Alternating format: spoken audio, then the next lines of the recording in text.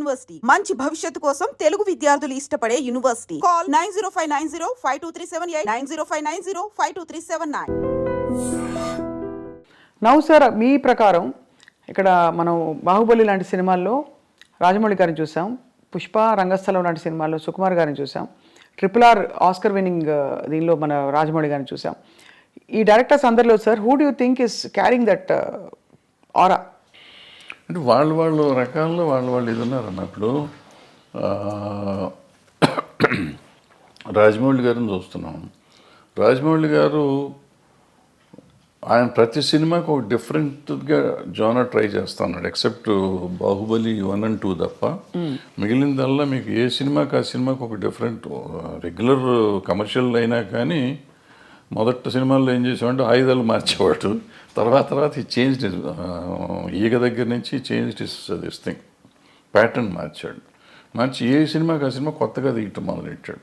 కొత్త కథలాగా డిఫరెంట్. కొత్త కథ కూడా కొత్తగా ఉండకపోయినా కానీ ఒక కొత్త బ్యాక్డ్రాప్ కొత్తగా ఉండటం అంతా డిఫరెంట్గా ఉంది. ఈగ తర్వాత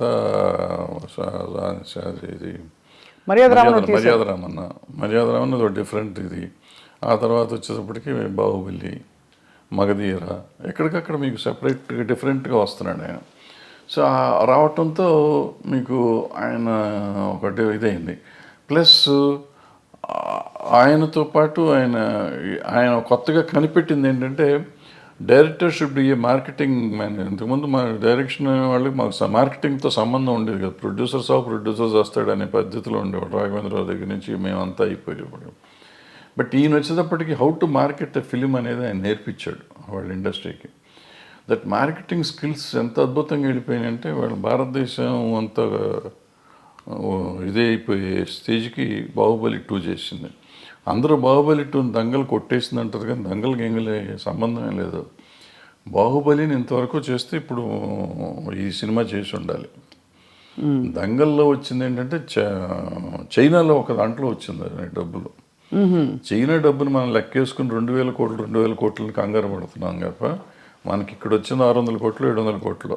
అదే అయితే ఒక లాంగ్వేజ్ అంత రావటం చాలా గొప్ప. అది 60 కోట్లకి చేసి అంత రావటం అనేది గొప్ప విషయం. దాన్ని డిస్ప్యూట్ చేయటం లేదు. అద్భుతమైన సినిమా అది. సో మన ఇండియన్ సినిమాలో ఇండియన్ డబ్బు చూసుకున్న సినిమాలు ఇయే. ఆ చైనాలో 2,000 కోట్లు వచ్చినా అదంతా మళ్ళీ మనకు షేర్ వచ్చేటప్పటికి చాలా తక్కువ వస్తుంది. అక్కడ 30% 20% ఎంత వస్తుంది. అవును. సో అవి మనం గ్రాసులు చెప్పుకొని ఊరికే కంగారు పడుతూ ఉంటాం. ఇప్పుడు బాహుబలి తర్వాత ఇది వచ్చింది. అలా అంటే మీరు అన్నది రాజమౌళి గారిది చాలా ఒక డిఫరెంట్ టెక్నిక్. ఈయన వచ్చేటప్పటికి ఈయనన్నీ లెక్కలని చేసిన సినిమాలు వదిలిపెట్టి ఈయన డిఫరెంట్గా చేసిన సినిమాలు ఈయన సిట్ అని చూడండి మీరు. అంతకుముందు మీరు ఆర్య చేశాడు. ఆర్య డిఫరెంట్గా ఉంటుంది. తర్వాత ఏదో చేశారు కొన్ని అటువంటి ఏదో లెక్కలు నాకు అర్థమే కదా. 1 ఒకటి ఎన్టీఆర్తో ఒక సినిమా ఏదో చేశాడు. కప్పులు తిప్పుతూ ఉంటాడు, ఏదో తిరుగుతూ ఉంటుంది. ఏది మన నాకు అర్థం కాదు. మళ్ళీ మొన్న వచ్చేటప్పటికి రంగస్థలం అద్భుతంగా తీశాడు. అద్భుతం తీశాడు. అసలు ఎవరు మన తెలుగులో మనం ఊహించలేని గొప్ప సినిమా అది ఒక రకంగా చెప్పాలంటే. ఆ టైప్ ఆలోచన కమర్షియల్ అయినా కానీ ఎప్పుడైతే అంగవైకల్యం తీసుకురాగలిగాడో ఆ అంగవైకల్యం మీద సినిమా వచ్చేటప్పటికి అద్భుతంగా ఉంది. అది చాలా ఒక లైవ్లీగా ఉంది సినిమా. విలేజీ ప్యాటర్న్ అది అద్భుతంగా ఉంది ఆ సినిమా. ఈ పుష్పకి వచ్చేటప్పటికి Pushpa was a routine film నాకు తెలిసినప్పుడు. పుష్ప 1, పుష్ప 2 ఈ స్మగ్లింగ్ మీద ఏదో రెప్లికా తీస్తారు ఏముంటుంది లేని నేను చూడలే. యాక్చువల్గా నేను మొన్న చూసాను. ఎప్పుడైతే మీకు సెకండ్ హాఫ్లో ఆ ఫ్యామిలీ ఎలిమెంట్ వచ్చిందో, వైఫ్ అండ్ హస్బెండ్ వాళ్ళ రిలేషన్షిప్ మీద ఎప్పుడైతే సినిమా తీసాడో మీకు అందుకైతే అన్స్టాపబుల్ అయిపోయింది సినిమా. ఇది ఇవాళ రెవెన్యూ కనపడుతుందంటే ఫ్యామిలీ ఊరికి మా గంధపు చెక్కలు దొంగ కాదు. ఆబ్వియస్లీ అతని పెర్ఫార్మెన్స్, అల్లు అర్జున్ పెర్ఫార్మెన్స్, అల్లు అర్జున్తో పాటుగా రష్మిక అక్కడికి వచ్చేటప్పటికి ప్లస్ ఈ రిలేషన్షిప్ డైరెక్టర్ ప్రజెంట్ చేసిన విధానం అద్భుతం. సెకండ్ హాఫ్ ఏడిపించాడు. ఆ సినిమాలో ఏడిపించడం అయింది. అందుకని సినిమా ఆడింది. ఇప్పటికీ ఆడుతుంది, ఇంకా ఆడుతుంది. అంటే నేషనల్ అవార్డు వచ్చిందంటే సినిమా ఇట్స్ అ గ్రేట్. సినిమాకి కాదు ఇప్పుడు అదే మనం ఇప్పుడు నేషనల్ అవార్డు ఆయనకు వచ్చింది, డైరెక్టర్ హీరోకి వచ్చింది. హీరో పెర్ఫార్మెన్స్ ఈ సినిమా కూడా అద్భుతంగా చేశాడు. మళ్ళీ నేను రెండోసారి ఇచ్చినా ఆశ్చర్యపోక్కర్లేదు. అవును కదా సార్, అంతే కదా. సో ఒకలా చూస్తే యాక్చువల్లీ ఒక కొత్త లీగ్ ఆఫ్ సినిమా వస్తుంది ఇప్పుడు. అంటే పెద్ద స్కేల్ ఒకటి, బట్ యాక్టింగ్ ఓరియంటెడ్, ఇంపర్ఫెక్షన్స్. ఇది మామూలు సినిమా కింద లెక్క తీసుకోవాలి. ఇప్పుడు అలాంటి ఒక 100 సినిమాలు, మొగుడు పిల్లలు ఒకళ్ళ కోసం ఒకళ్ళు బాధపడే సినిమాలు 100 ఉన్నాయి. ఒకళ్ళని ఒకళ్ళు ఎన్హాన్స్ చేసుకునే క్యారెక్టర్. నా మొగుడిని అంటావా అని పెళ్ళని తిరగబడింది, నా పెళ్ళాన్ని అంటావా అని మొగుడు తిరగబడ్డ సినిమాలు 100 ఉన్నాయి. వాళ్ళు ఒకళ్ళకొకళ్ళ కోసం ఒకళ్ళు చేసుకుంది. బట్ ఇవాళ దీని బ్యాక్గ్రౌండ్, ఈ గంధపు చెక్కలు ఇవన్నీ తీసుకుని చేస్తుంది. నేను కోతలరెడ్డి చెప్పానే, అలాంటి ఇలాగా ఇతను దొంగకి, ఒక స్మగ్లర్కి వైఫ్ అంటే అంత ఎందుకు ఉండాలి? నేను నన్ను ఇన్సల్ట్ చేసినందుకు కాదు, నా భార్య పేరు ఎత్తినందుకు నాకు కోపం వచ్చింది, అందుకని నేను చూస్తానండి, అది నేను తట్టుకోలేను అంటాడు. ఎవరేం చెప్పినా ఒప్పుకుంటా, ఏమన్నా కానీ నా భార్య చెప్తే వింటానంటాడు. మరి అంత స్మగ్లర్కి ఈ సెంటిమెంట్ ఎందుకు ఉండాలి? నేను అక్కడ చెప్పానే, వైఫ్ని చెల్లి అన్న దరిద్రుడు తండ్రి కోసం జైలుకి వెళ్ళిపోయి చచ్చిపోతానంటాడు. అవును అవును. సో అది నీకు ఎప్పుడు వేరియేషన్ వచ్చేటప్పటికి నీకు తేడా వచ్చేస్తుంది. సో అక్కడ ఇక్కడ కూడా మంచి దొంగలు, మధ్యలో దొంగ రాసుకలు తీశారు మీరు. దొంగ రాసుకలు టైటిల్ ఎట్లా పెట్టారు సార్ అది? వాళ్ళ కథలో ఈయన చెప్పాడు, మన దివాకర్ బాబు గారు. ఆయన కథ కూడా ఆయన. నేను ఆ టైటిల్ ఒక్కటే చూసి మీ సినిమాలన్నింటిలో మీరే పెట్టుకుంటారు. రైటర్ ఆయన, అతను మన తమిళ ఆయన రైటర్. సో భలే ఒక long innings, 50 years in the industry. Everybody, అందరూ మిమ్మల్ని అంత గౌరవిస్తారు, ఇప్పటికీ ఇష్టపడతారు. కానీ మీరు కుండ బద్దలు కొట్టి మొహమ్మీ చెప్పేస్తారు అన్నీ. ఎప్పుడు మీకు శత్రువులు తయారు అవ్వలేదా? ఉన్నారు, కొంతమంది అవుతారు, కొంతమంది తిడతానే ఉంటారు, అప్పుడప్పుడు తిడతా ఉంటారు, నన్ను చంపేస్తా ఉన్నట్టు కూడా ఉన్నారు. ఉన్నారా? నడుస్తూ ఉంటారు. అంటే ఏ ఇష్యూలో సార్? ఏదో ఒక ఇష్యూలో వాళ్ళకి నచ్చని ఏదైనా చెప్తే కోపం వస్తుంది కదా. ఎవరు సార్? నేను దాసనారాయణరావు గారు, నేను కృష్ణ గారు భయంకరంగా పోట్లాడుకున్నాం. అవునా? ఎలా పోట్లాడుకున్నారు? ముఖాలు కూడా చూసుకునే లెవెల్లో పోట్లాడుకున్నాం. తర్వాత మేము ఇద్దరం అసలు నేను కృష్ణ గారు కానీ, నేను దాసనారాయణరావు గారు అంత క్లోజ్గా మళ్ళీ ఎవరు లేరు. ఇప్పుడు ఏ విషయాల్లో వచ్చేవి గొడవలు? అంటే మాకేదో దీంట్లోనే మనం వేరే సొంత పర్సనల్ ఇష్యూస్ మాకేమైనా లేవు కదా. క్రియేటివ్ డిఫరెన్సెస్లోనే చాలా గట్టిగా మొహాలు చూసుకోకుండా, అంతవరకు మాట్లాడుకోకుండా.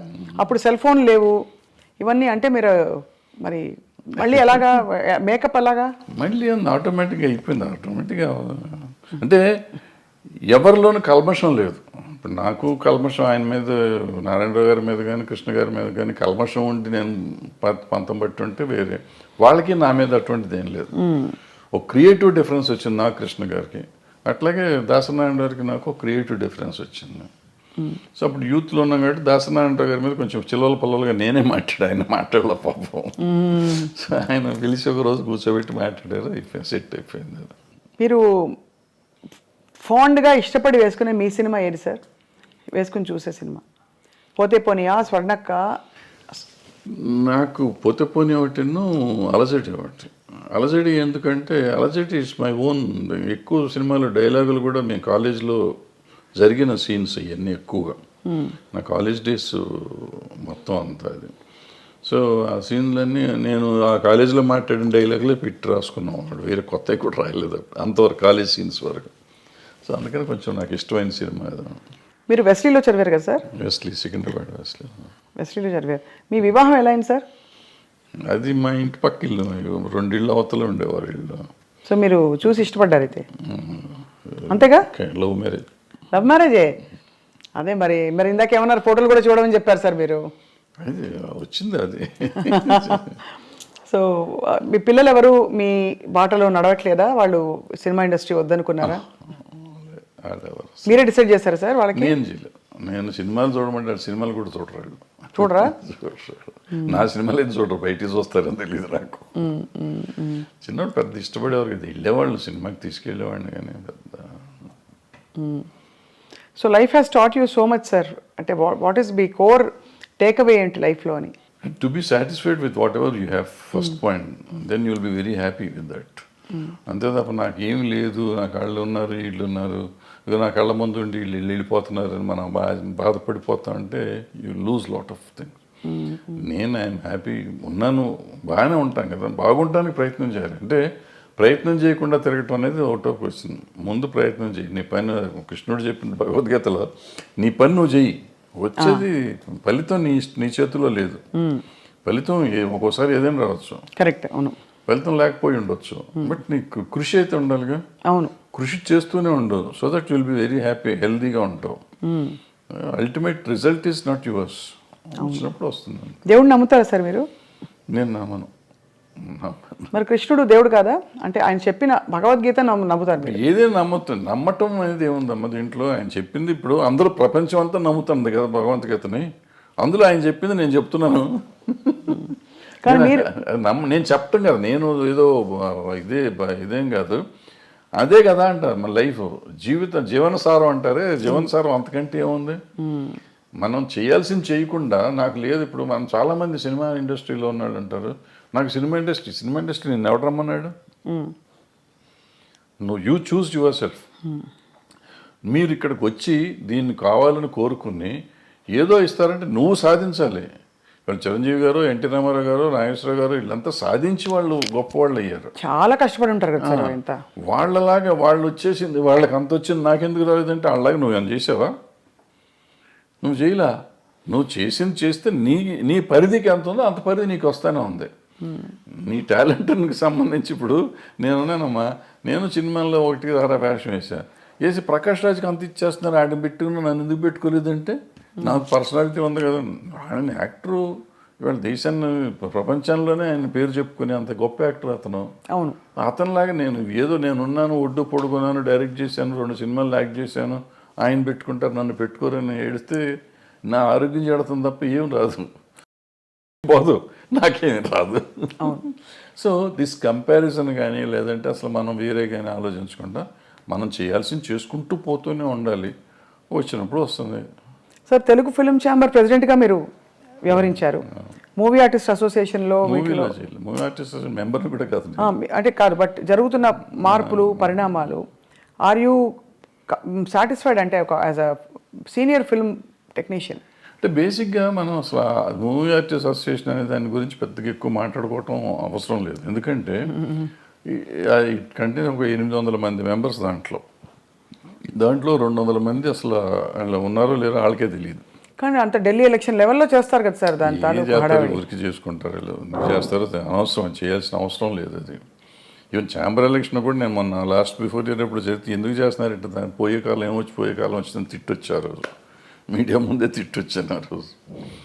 అంతే, మనకి ఏదో సరదాగా ఎలక్షన్ చేసుకోవాలి తప్ప దీంట్లో రూపాయి వచ్చేది లేదు ఎవరికి. ఫస్ట్ పాయింట్ మన టైం వేస్ట్. బట్ నువ్వు సర్వీస్ చేద్దామని వచ్చినప్పుడు డబ్బులు ఎందుకు ఖర్చు పెడతావు? నువ్వు చేసే సర్వీసే ఎక్కువ, సర్వీస్ చేస్తున్నావు. సర్వీస్ చేస్తానికి వచ్చి నువ్వు ₹1,00,00,000 ఖర్చు పెట్టి నువ్వు వస్తే నీ మోటివ్ ఏంటి? నీ మోటివ్ సర్వీస్ మోటివ్ కాదు. ఇంకా పవర్ వల్ల వచ్చేది కూడా ఏం లేదు. ఏముంటాం పవర్ వల్ల? మ్యాక్సిమం ఎప్పుడన్నా చీఫ్ మినిస్టర్ ఇంకోళ్ళు పిలిస్తే మీటింగులకు పిలిచినప్పుడు వీళ్ళు కూర్చుంటే ఏమిస్తారు అక్కడ, అటుకులను జీడిపప్పు ఇస్తారు, అంతే, ఒక కప్పు కాఫీ ఇస్తారు. దానికోసం నువ్వు తాపత్రయపడతావు ఎందుకు? అంటే ఆల్రెడీ నీకు ఆ వాల్యూ ఉంది. నిన్ను ముఖ్యమంత్రి గారు పిలిచే లెవెల్ మీరు ఉన్నారు, ఆల్రెడీ పెరిగే ఉన్నారు. ఇవాళ దానికోసం కొట్టుకోవాల్సిన అవసరం లేదు కదా. ఏ పిచ్చి పనులు అంత. సో అయితే అదే, బట్ వివాదాలు మాత్రం వారానికి ఒకటి వస్తుంది. Jani master issue, Raj Tarun Lavanya issue, అవన్నీ ఇప్పుడు ఇంతమంది ఉన్న ఇండస్ట్రీలో ఇష్యూస్ ఉంటా ఉంటాయి. ఆ ఇష్యూని మనం సీరియస్గా తీసుకోకపోవటం అనేది మనం ఆలోచించుకోవాలి. ఏదో ఉంటాయి, ఉన్నప్పుడు దానికి పెట్టుకోవటం. సార్ మోహన్ బాబు గారి ఇంట్లో జరిగిన తగాదాలు ఏవైతేనే మీరు ఒక అంటే టెక్నీషియన్గా, సినిమా ఇండస్ట్రీ వ్యక్తిగా మీరు సమాధానించి చెప్పారా? ఎవరికి? ఆయనతోనా? ఆయనతో ఇది ఏది అది పర్సనల్గా కదా, ఒకవేళ నేను మాట్లాడినప్పుడు నేను పబ్లిక్లో చెప్పకూడదు కదా. ఇప్పుడు నేను నిజంగా వాళ్ళ వెల్విషర్ని అయితే ఒకవేళ నేను వెళ్ళి అక్కడ ఏళ్ళు పెట్టుంటే, పెట్టానా లేదా అనేది తర్వాత సంగతి, పెట్టుంటే అక్కడ ఏం జరిగింది ఇక్కడికి వచ్చి ప్రమోషన్ కాదు, ఏం జరిగింది కాదు సార్, బట్ అసలు అంటే అది బాగా బహిరంగంగా అయిపోయింది కదా, వాళ్ళే మీడియాకి వచ్చారు. ఇప్పుడు వాళ్ళు బహిరంగంగా ఉన్నారు, నేను బహిరంగంగా ఉండకూడదు. నేనని కాదు, ఎవరైనా కానీ, ఎవరు ఇంటర్ఫేర్ అయినా కానీ, ఇంటర్ఫేర్ అయిన వాళ్ళు బయటకు వచ్చి ఇట్ట జరిగిందని చెప్తే ఇక వాళ్ళు పెద్ద మనిషి ఎట్ అవుతారు వాళ్ళు. ఫస్ట్ పాయింట్ అది తప్పు. రెండోది అటువంటి జరగటం విచారకరం. అందులో మన వాళ్ళు కావాల్సిన వాళ్ళు, పిల్లలు మంచివాళ్ళు, తండ్రి మంచివాడు, ఈ రకాల సమస్య ఎందుకు సమస్య వచ్చిందని నాకైతే అర్థం కాలేదు. నాతో అందరూ బాగుంటారు, 4-3 పిల్లలు బాగుంటారు, ఆయన బాగుంటారు, మోహన్ బాబు గారు బాగుంటారు, అందరూ they very nice very nice people. చాలా మర్యాదగా నాతో చాలా అంకుల్ అంకుల్ అంటారు పిల్లలు, ఆయన తమ్ముడు తమ్ముడు అంటూ ఉంటాడు. వాళ్ళ ఇంట్లో అట్లా జరిగిందంటే నాకు నిజంగా బాధగా ఉంది. I just really wanted to go and speak, but ఏమో ఎందుకు డెలికసీస్ వాళ్ళవి మనకి ఎందుకని నేను అడగలేదు. మొత్తానికి సార్ అయితే ఇప్పుడు అంటే there is a lot of turmoil going on around అనిపిస్తుంది సమాజం చూస్తుంటేనే.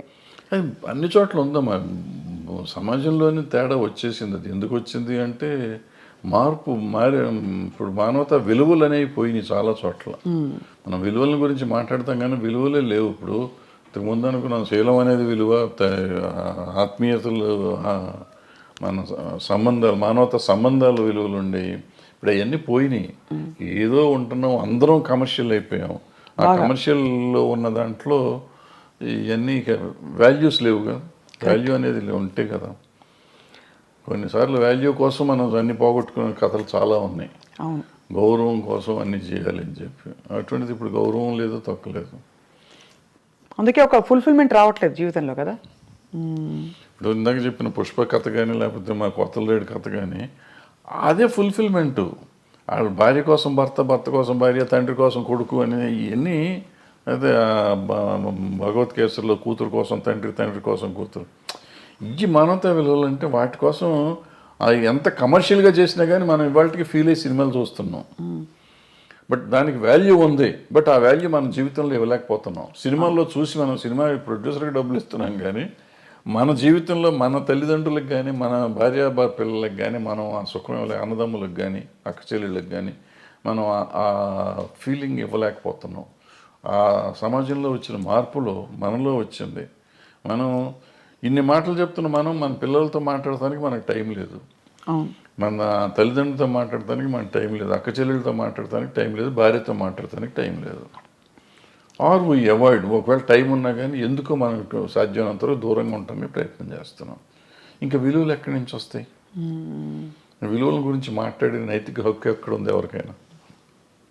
Very true sir. బహుశా కొంతవరకు సినిమా ప్రభావితం చేస్తుంది ఈ విషయాలని. బహుశా అలాంటి కథలు వచ్చేసి క్లిక్ అయిపోతే ఆడియన్స్తో తప్పకుండా, ఎందుకంటే ఇంత పెద్ద పెద్ద సినిమాలు, ఇంత మార్పులు తెచ్చిన సినిమాలు మనుషుల్లో సమాజంలో ఉన్నాయి.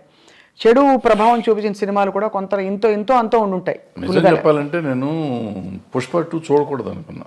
ఎందుకంటే బయట చెప్పిన మాటలు అదేదో ఆ షెకావత్ మీద ఉచ్చబోస్తాడు ఇటువంటి అన్ని విని ఇటువంటి పిచ్చి సినిమాలు చూడాలా మనం ఎందుకు అని చెప్పి చూడాలి. ఎందుకో చూద్దామని మనం పెట్టుకున్న ఫస్ట్ హాఫ్లో నాకు చిరాకుగా ఉండింది. ఫస్ట్ హాఫ్ చూస్తానికి నాకు took me about 5 hours first half చూడటానికి. ఇంటర్వెల్లో వెళ్ళి మెల్లిగా భోంచేసి వచ్చి కూర్చున్నాం. మళ్ళీ సరే చూద్దాం వద్దా 10 నిమిషాలు ఆలోచించి పెట్టినాక డోంట్ బిలీవ్ ఆ 1:20 నిమిషాలు 1:40 నిమిషాలు ఉంది ఆ సినిమా. మొత్తం కంప్లీట్ చూసి ఐ వాజ్ క్రయింగ్ యాక్చువల్గా. అంటే అక్కడ నీకు లైఫ్ ఉంది, అంతకుముందు లైఫ్ లేదు, అంతా ఏదో సినిమాలు కమర్షియల్గా ఉండేదంతా తీసాడు ఆయన. ఇక్కడ జీవితం తీశాడు. ఆ భార్యాభర్తల అనుబంధాన్ని చూస్తే నాకు అసలు పిచ్చెక్కిపోయింది.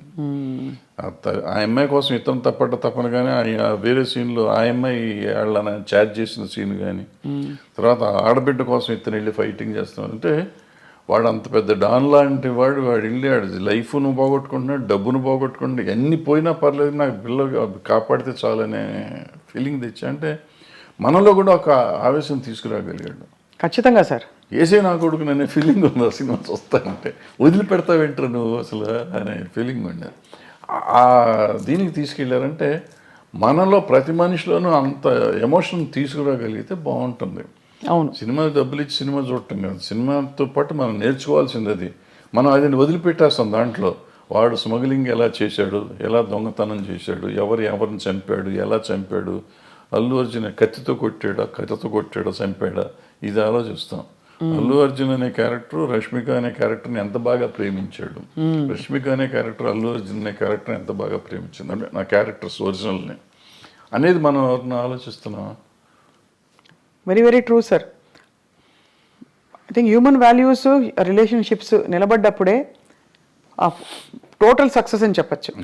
సినిమాకి కావచ్చు, జీవితాల్లో కావచ్చు. కానీ భరద్వాజ్ గారు మీరు మళ్ళీ వెబ్ సిరీస్ కానీ ఇంకా ఏమన్నా వెంచర్స్ కానీ క్రియేటివ్ వెంచర్స్ చేసే అవకాశాలు ఉన్నాయా? ఏమన్నా వర్క్ చేస్తారా? నేను చెప్తున్నా కదా నేను పని చేస్తానే ఉంటా, ఖాళీగా ఏం లేను. ఏదో ఇటు కథ రాసుకోవటం రైటమో చేస్తా ఉంటాను. మనకి అవకాశం కూడా రావాలి కదా, అవకాశం వస్తే చేస్తానికి రెడీగానే ఉన్నాం. బట్ నేను ఇందాక చెప్పినట్టు I keep on trying to do something. అవుతుందా అవదా నాకు తెలియదు, అయినప్పుడు అవుతుందా, అవ్వకపోతే కూడా నష్టం లేదు, అయితే లాభం లేదు. బట్ మీరు you are always in the news Yeah. And everybody watches your videos. మీ వీడియోస్కి చాలా మంచి స్పందన చూశాను నేను. కాబట్టి పొలిటికల్ ఇష్యూస్ కావచ్చు, సినిమా ఇండస్ట్రీలో అవుతున్న అంశాలు కావచ్చు సార్, ఎప్పుడు మీరు ఏదో ఒక కొత్త విషయం చెప్తారు, లేదు పాత విషయం అయినా కొత్తగా చెప్తారని ఆశిస్తూ ఉంటాం, ఎదురు చూస్తూ ఉంటాం మీ దీనికోసం. సో అది సార్, చాలా ఆనెస్ట్ కాన్వర్జేషన్ సార్ ఇవాళ.